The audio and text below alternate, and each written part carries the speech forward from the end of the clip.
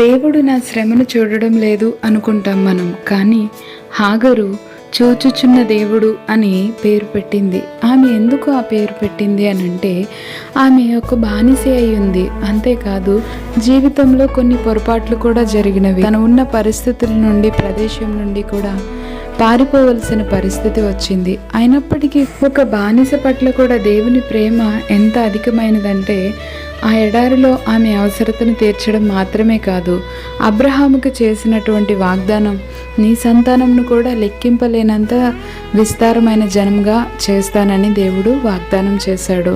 ఈ రోజున మన శ్రమను దేవుడు చూస్తాడు. ఎందుకు అంటే, కీర్తనలు 22వ అధ్యాయం 24వ వచనంలో, ఆయన బాధపడి వారి బాధను తృణీకరింపలేదు, దాన్ని చూచి ఆయన అసహ్యపడలేదు, అతనికి తన ముఖము దాచలేదు అని ఉంటుంది. దేవుని ప్రేమ మన ఎడల అంత అపారమైనదిగా ఉంటుంది. కాబట్టి